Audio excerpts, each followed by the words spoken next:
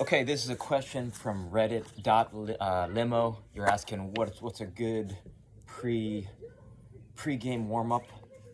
I'm gonna take you through some simple movements, and these are some things that I wish I knew, when I was coaching or playing right at the age you're talking about. And I think it's helpful if you learn these, so then you can teach them more effectively, and your team is gonna, you're gonna have less injuries. You are actually going to look more intimidating from the opposition. I think for both those reasons, this is something that you want to consider. Okay, so we start out with these. So this is Edo Portal locomotion beginner routine. So you go like this.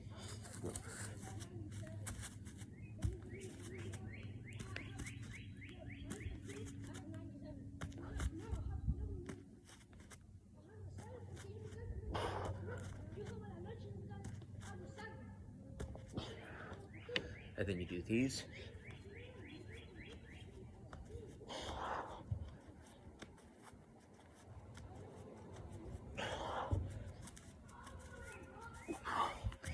And then you do this one.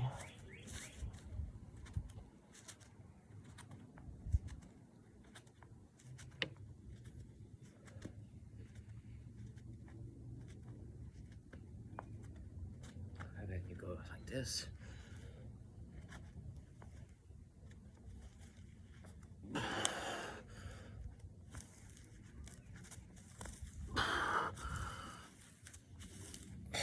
And then you do this.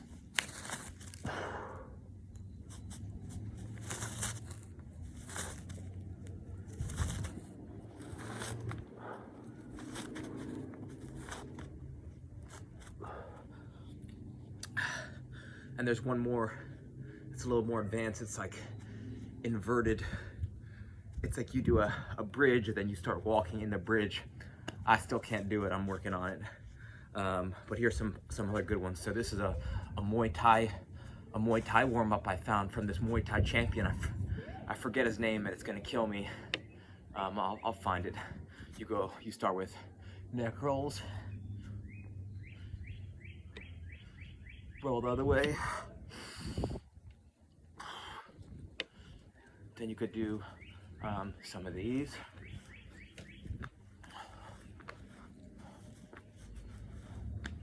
Then you do circles.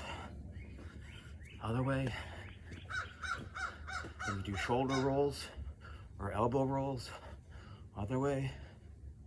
And then you do hip circles. Other way. You do knee circles.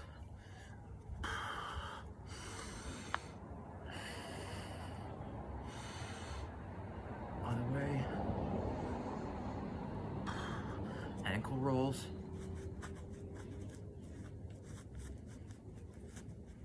Both feet.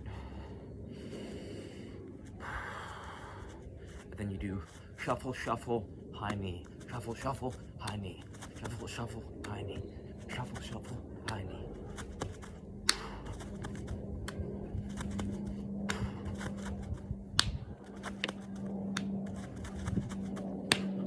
And then this is then I like to go into Dmitry Klokov. He's like one of the strongest men on the planet.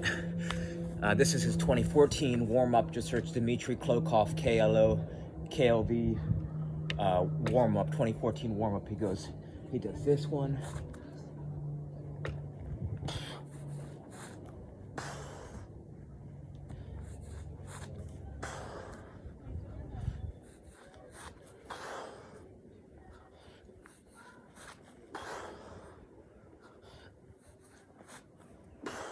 And then from here, it goes like this, and you could feel it like it loosens up the neck. I feel like I get some good strength. Like this is developing some neck strength, which is gonna prevent concussions.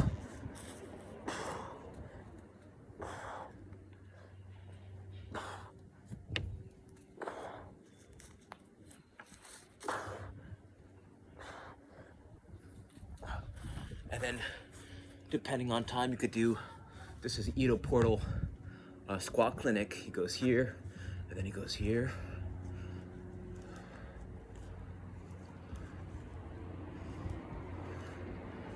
Goes here.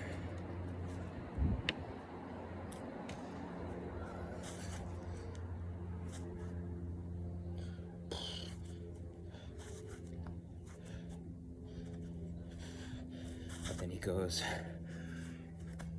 some of these doubles. And you could go some of these singles. Other way. You could do stack the hands.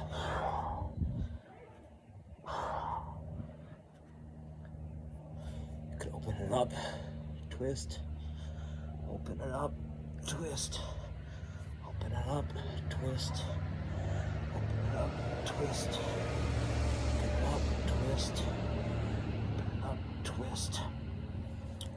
And what else, Ito? And you know, that'll give you, right, just that right there, that's going through so many different ranges of motion. What else could we do? Yeah, so I would start with those things in addition to however y'all are already warming up, and then you could before the game, I think it makes sense to do possession, like 5 to 10 minutes of possession, and then finishing on goal.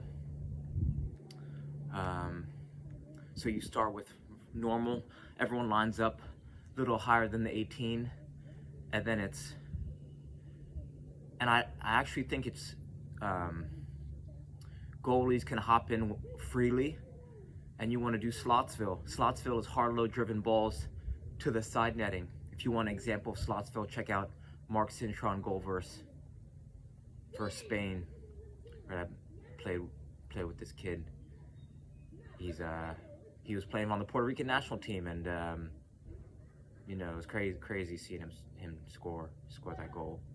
And this is a perfect example of what Slotsville is.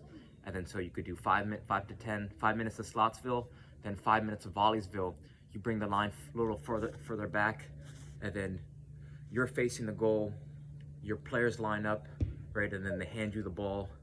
You throw the ball over their head, light toss, and they turn around quickly, and then it's a one-time volley finish, right? So 5 minutes of that, and then another great thing that Doug Nevins used to do with us, he would have two rows of cones, right? He'd stack 3 cones. I'm sorry, not stack. He would line up 3 sets of cones, right? So he'd go, there'd be 1 cone here, and 1 cone here, and then 1 cone here, right? And then he would stand at the end. Actually, it's better if we go like this. He'd go 1 cone here, 1 cone here, and then 1 cone here. And then he would face the players, right? And this was actually in close proximity to the other team. And the players would go through like this. They would slalom through the cones. They would go like this, boom, boom. And then there was a quick sprint, right? Quick sprint, like 3-yard sprint. And then Doug would be, right, Coach Nevins would be right here, and the whole team would be going through the lines. So it's like, yes, Bobby, yes, Tommy, yes, Ricky, yes, you know, Marky, whatever. And it would be getting everyone energized, right? So you start to get real hyped up, and then the other team is like watching us do this, and they're getting distracted because we're like building up this energy, but it's not, you know, it just gets us warmed up very fast, but it kind of raises this intensity level, especially because other team sees and they're like, maybe we should do that because it looks so good. And it's like the coach, right, he was encouraging, right, we're getting that good social, you know, getting everyone juiced up. So one thing I'll add that Coach Nevins did really effectively, something that you didn't ask about, but I think is hyper relevant.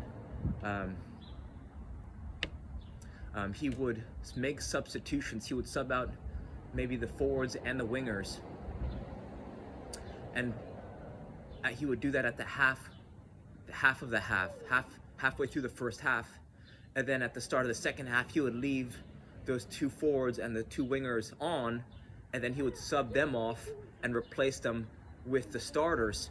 So it was like, you know, it's an elegant way to do substitutions, because you get more contribution from your team, right? There's a continuity when it's like when players expect this rotation, they start to look forward to it, right? There's some coaches who tell their players to warm up with no intention of subbing them on, or I've seen coaches literally sub on a player and then sub them off within 2 seconds, like for no reason at all. For no reason at all. You got coaches who sub players out when they make one mistake. Now they're playing with a fear mindset. That's no good. So this is a super effective way to run substitutions that I haven't seen another coach do it as effectively, right? Take your forwards and wingers off halfway through the first half, then leave your subs on going into the second half, and then